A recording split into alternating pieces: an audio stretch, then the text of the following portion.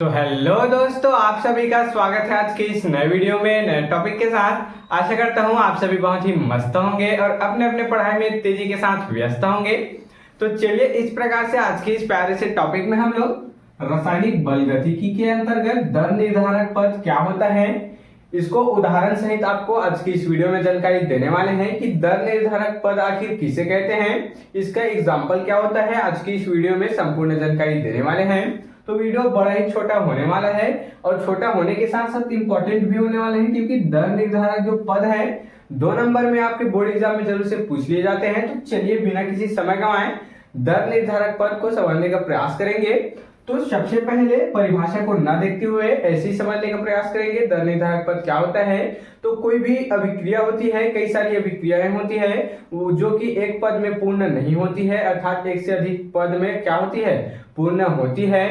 तो उसी के दर के निर्धारण के जो पद होता है, अर्थात उस अभिक्रिया का जो दर का निर्धारण करने वाला जो पद होता है, अर्थात धीमी गति वाला, उसी को क्या कहते हैं, दर निर्धारक पद यहाँ पर कह देते हैं। समझ में नहीं आया होगा तो चलिए इसके माध्यम से देख लेते हैं क्या बोला जा रहा है। कई रासायनिक अभिक्रियाएं देख सकते हैं, कोई भी रासायनिक अभिक्रियाएं होती हैं तो कई रासायनिक अभिक्रियाएं एक से अधिक पदों में क्या होती है, संपन्न होती है, अर्थात एक ही पद में वह पूर्ण नहीं होती है, अभिकारक से उत्पाद नहीं बनता है, वह कई सारे पदों में क्या होता है, संपन्न होता है, अर्थात कई सारे पदों में उत्पाद में परिवर्तन होता है। अभिक्रिया की दर का निर्धारण देख सकते हैं। अब ये जो अभिक्रिया है कई सारे पद में होता है।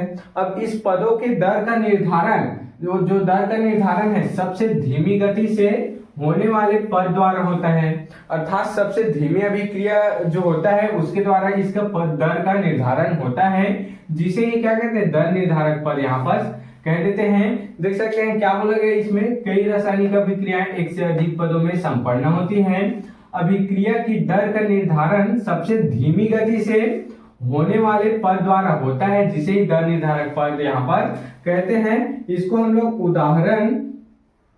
एक उदाहरण से देख लेते हैं, एक एग्जांपल से देख लेते हैं। तो एग्जांपल क्या हो जाएगा, N2O5 ले लेते हैं।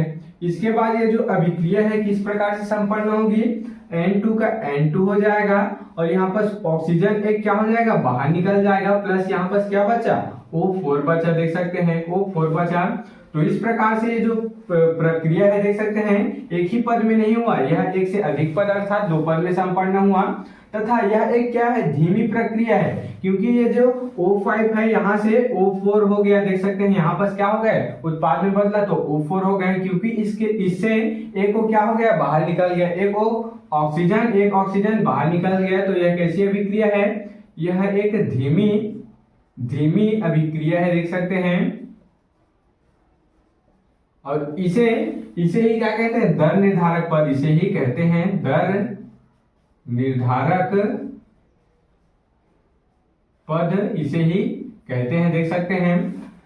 तो चलिए अब हम लोग इस उदाहरण के माध्यम से इसको और आसानी से क्लियर कर देते हैं। इसमें क्या बोला गया, कई रासायनिक अभिक्रियाएं एक से अधिक पदों में संपन्न होती है।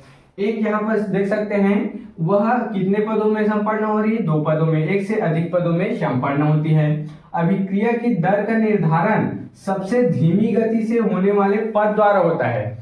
अब ये जो अभिक्रिया है इसके दर का निर्धारण किसके द्वारा होगा, इस ऑक्सीजन के द्वारा होगा, अर्थात इस जो धीमी अभिक्रिया है O5 से O1 बाहर निकल जा रहा है, तो ये क्या हो रहा है, धीमी अभिक्रिया है, यह जल्दी से बाहर नहीं निकलता है, O5 से O4 जल्दी से नहीं होता है, यह अत्यंत ही धीमी अभिक्रिया है। तो इस धीमी अभिक्रिया के द्वारा ही अर्थात इस O के द्वारा ही इस अभिक्रिया का पद निर्धारण होता है, उसे ही दर निर्धारक पद यहाँ पर कहते हैं। आशा करता हूँ आपको दर निर्धारक पद और इसका जो उदाहरण है आसानी से क्लियर हो गया होगा। एक और लास्ट बार समझ लेते हैं, हमको रटना बिल्कुल भी नहीं है, हमें यहीं पर याद कर लेना है, यहीं से। तो इसमें क्या बोला गया, रासायनिक अभिक्रियाएं, कई रासायनिक अभिक्रियाएं एक से अधिक पद में क्या होती है, संपूर्ण होती है, एक से अधिक पद में संपन्न होती है, तथा उस अभिक्रिया का दर का निर्धारण किसके द्वारा होता है, उस अभिक्रिया में धीमी गति से होने वाले पद द्वारा होता है, अर्थात धीमी गति से कौन सा पद हो रहा है, ऑक्सीजन का पद हो रहा है। तो इसी को भी क्या कहते हैं, दर निर्धारक पद यहाँ पर कह दिया जाता है। आशा करता हूं कि आपको आज का एक प्यारा सा टॉपिक दर निर्धारक पद क्लियर हो गया होगा। आप इसके स्क्रीनशॉट यहाँ पर ले सकते हैं। तो आशा करता हूं कि आपको जो टॉपिक है दर निर्धारक पद आसानी से क्लियर हो गया होगा।